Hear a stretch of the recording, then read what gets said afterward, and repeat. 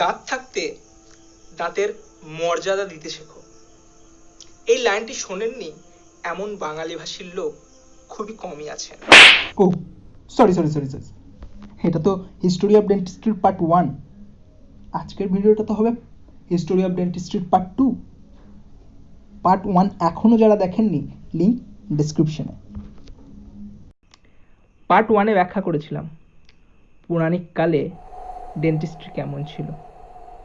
আজকের পার্ট 2-তে ব্যাখ্যা করব সেই পৌরাণিক ডেন্টিস্ট্রি আধুনিকতার ছোঁয়া কীভাবে পেল। কোথায়?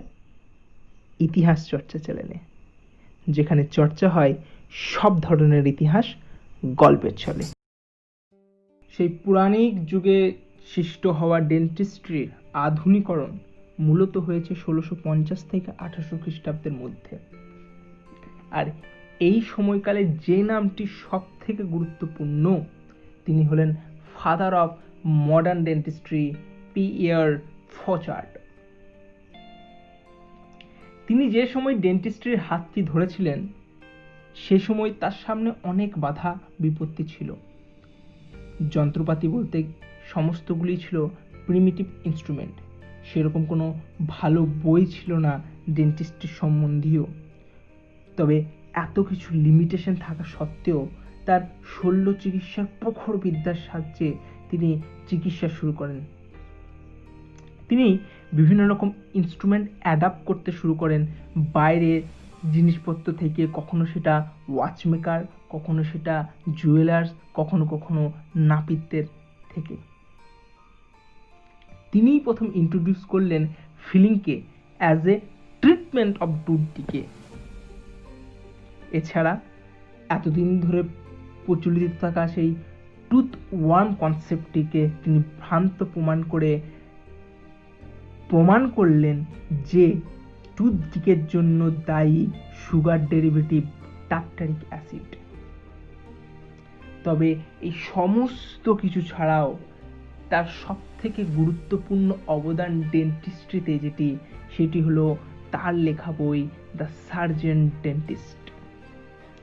এটি প্রথম এমন বই ডেন্টিস্ট্রির ইতিহাসে যা বর্ণনা করলো ক্লিনিকে কিভাবে চিকিৎসা করতে হবে ডেন্টিস্ট্রি সেই সম্বন্ধীয়। সেখানে ছিল operative technique, restorative technique, oral anatomy, এছাড়াও অনেক কিছু।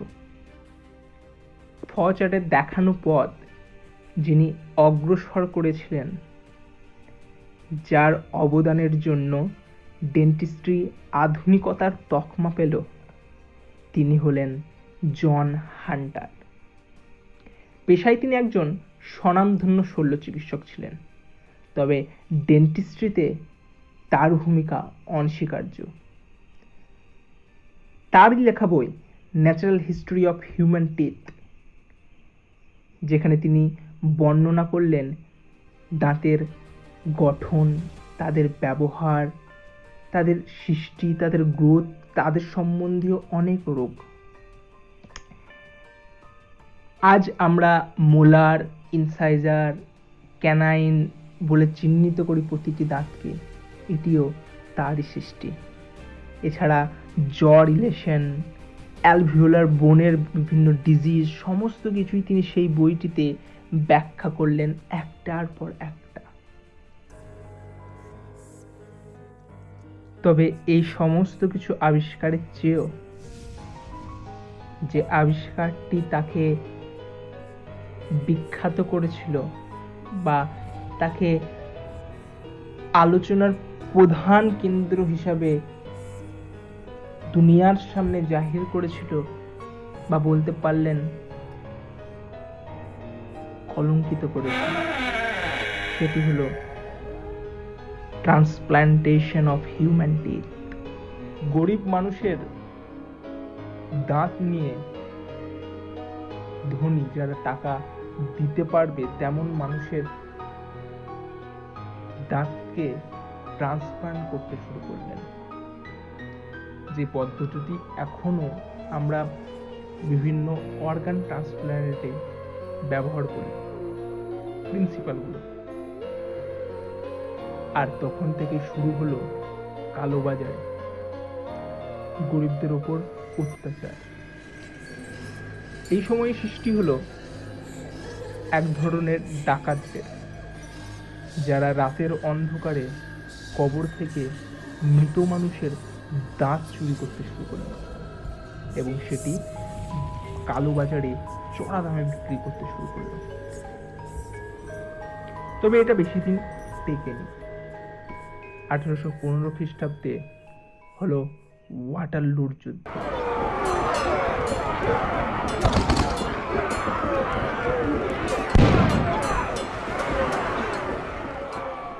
আর সেখান থেকেই আবির্ভাব হলো ওয়াটারলু তীর। ওয়াটারলুর যুদ্ধে প্রায় 50,000 সৈন্য মারা গিয়েছিল। যুদ্ধ শেষে সেখান থেকে আবির্ভাব হয়েছিল ওয়াটারলু তীরের।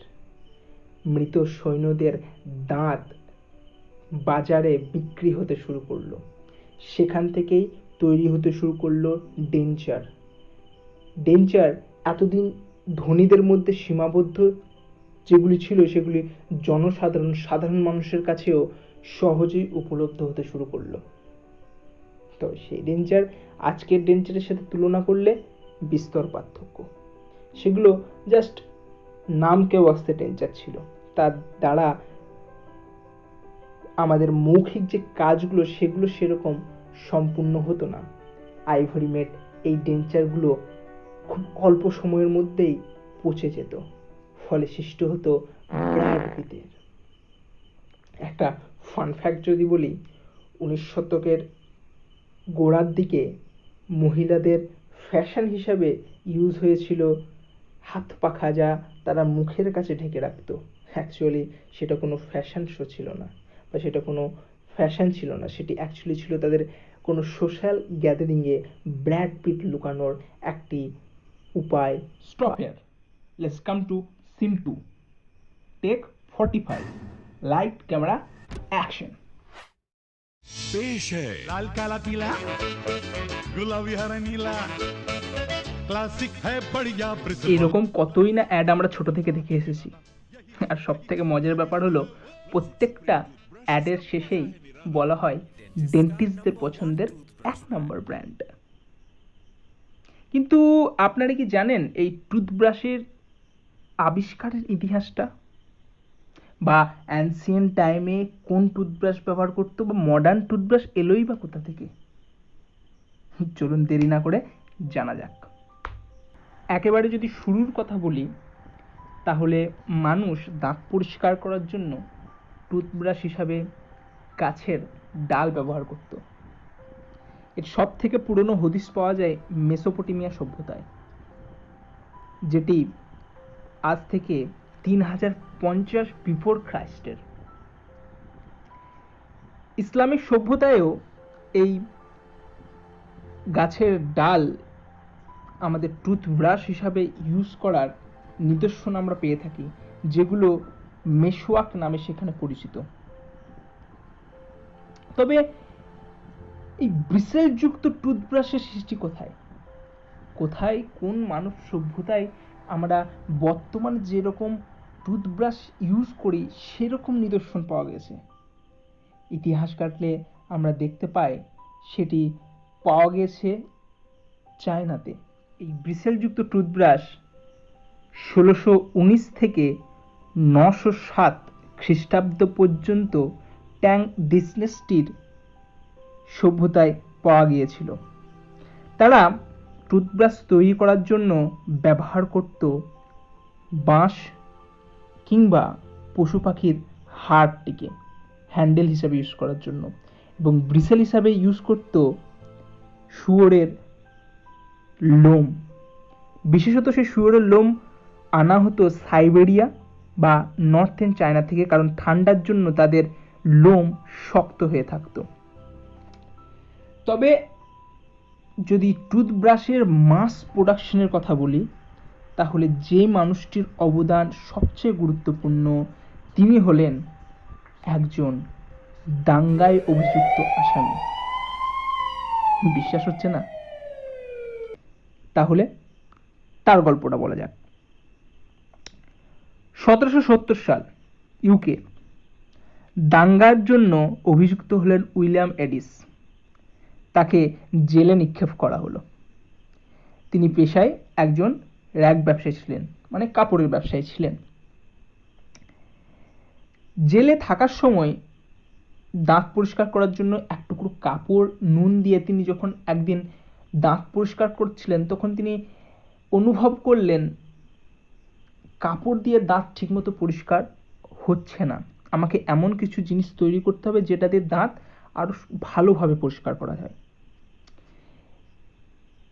তখনই তার মাথায় এলো টুথব্রাশ তৈরির পদ্ধতি। টুথব্রাশ তৈরির সময় হ্যান্ডেল তৈরি করার জন্য তিনি ইউজ করলেন চিকেন বোন, মুরগির হাড়, যেটা তিনি খাবারের পর বাঁচিয়েছিলেন, আর গার্ডকে দিয়ে নিয়ে আসা করালেন কিছু ব্রিসেল। ছোট্ট ছোট্ট গর্ত করলেন হাড়টির মধ্যে। আশেপাশে যে সমস্ত আসামিগুলো ছিল তারা সন্দেহের চোখে তার দিকে তাকাতে লাগলো, কারণ তারা ভাবতে শুরু করলো হয়তো সে অস্ত্র তৈরি করছে কোনো তাদেরকে মারার জন্য। সত্যি বলতে যারা নতুন কিছু আবিষ্কার করে পারিপার্শ্বিক লোকরা তাদের সন্দেহের চোখেই দেখে, কারণ আবিষ্কারক হওয়ার জন্য পাগল হওয়াটা জরুরি। তো সেই ছোট্ট ছোট্ট গর্ততে তিনি ব্রিসেলগুলো আটকালেন আঠা দিয়ে, তৈরি করলেন নিজের জন্য টুথব্রাশ। কয়েক বছর পর তিনি যখন জেল থেকে ছাড়া পেলেন, প্রথমত সেটিকে পার্সোনাল ইউজের জন্য ব্যবহার করলেও তার টুথব্রাশ তৈরির পদ্ধতিটি তিনি ব্যবসায় পরিণত করলেন। আস্তে আস্তে আস্তে তার ব্যবসাটা বড় হতে শুরু করলো এবং দাঙ্গায় অভিযুক্ত উইলিয়াম এডিস একজন বড় ব্যবসায়ীতে পরিণত হলেন। 1808 খ্রিস্টাব্দে তার মৃত্যুর পর তিনি তার ব্যবসার পুরো দায়িত্ব তার বড় ছেলেকে দেন, আর সেই ব্যবসা বংশানুক্রমিকভাবে চলতে থাকে 1996 পর্যন্ত। কারণ 1996 পর পারিবারিক মালিকানা থেকে মালিকানার স্বত্ব চলে যায় বোর্ডের আন্ডারে। উইলিয়াম টুথব্রাশ নাম নিয়ে কোম্পানিটি এখনো টুথব্রাশ তৈরি করে চলেছে। জানলে অবাক হবেন, বছরে 70 মিলিয়ন ইউকেতে।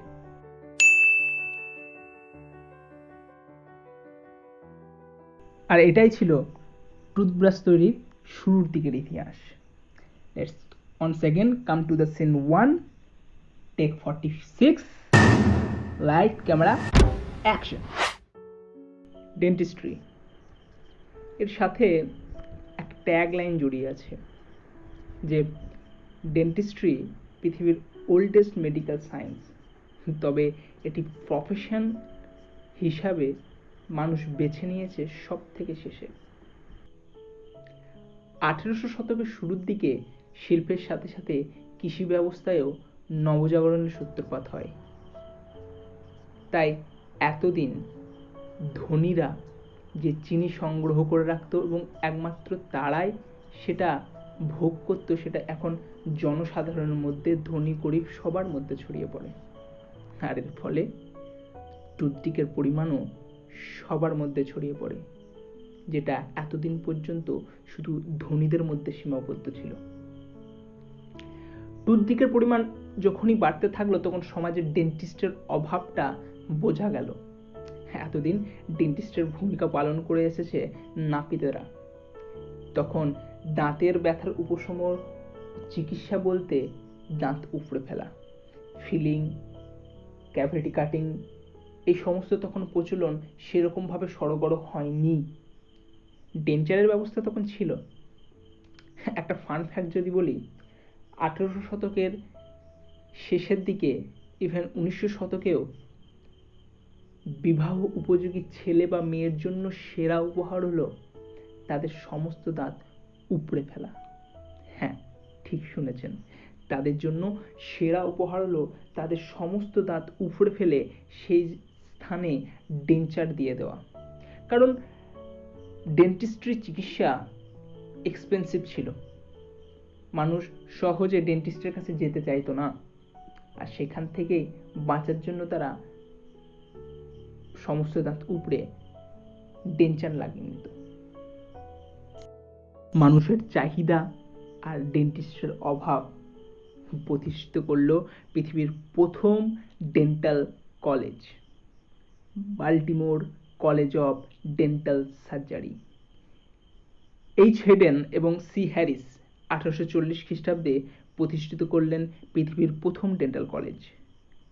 তারাই প্রতিষ্ঠিত করলেন ডেন্টিস্ট্রির প্রথম degree, DDS, doctor of dental surgery. মাত্র 5 জন ছাত্র নিয়ে 3 নভেম্বর 1940 খ্রিস্টাব্দে শুরু করলেন। বাল্টিমোর ডেন্টাল কলেজের পর পৃথিবীর নানান দেশে নানান ডেন্টাল কলেজ হয়েছে। ডেন্টিস্ট্রি আরও আধুনিক হয়েছে, তার যন্ত্রপাতি, তার চিকিৎসা ব্যবস্থা আরও প্রসারিত হয়েছে। আজ ডেন্টিস্ট্রি অত্যাধুনিক চিকিৎসা বিজ্ঞান।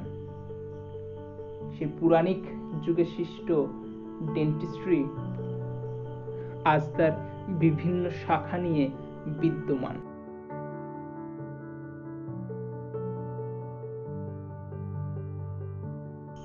তো এটাই ছিল হিস্টোরি অফ ডেন্টিস্ট্রি। জানি অনেক কিছুই হয়তো বলা হয়নি, কিন্তু আমি আগেই বলেছিলাম ডেন্টিস্ট্রির ইতিহাস স্বল্প কথায় শেষ হবার নয়। তবুও চেষ্টা করেছি এই দুটো ভিডিওর মাধ্যমে বোঝানোর। আশা করি বুঝতে পেরেছি। আশা করি ভিডিওটি ভালো লেগেছে। ভিডিওটি ভালো লাগলে অবশ্যই লাইক করবেন। যদি কিছু বলার থাকে বা কিছু জিজ্ঞেস করার থাকে কমেন্ট বক্সে অবশ্যই লিখবেন। আর ভালো লাগলে সাবস্ক্রাইব করবেন, বন্ধুদের সাথে বেশি বেশি করে শেয়ার করবেন। হতে পারে আপনার মতো সেও ইতিহাস প্রেমী।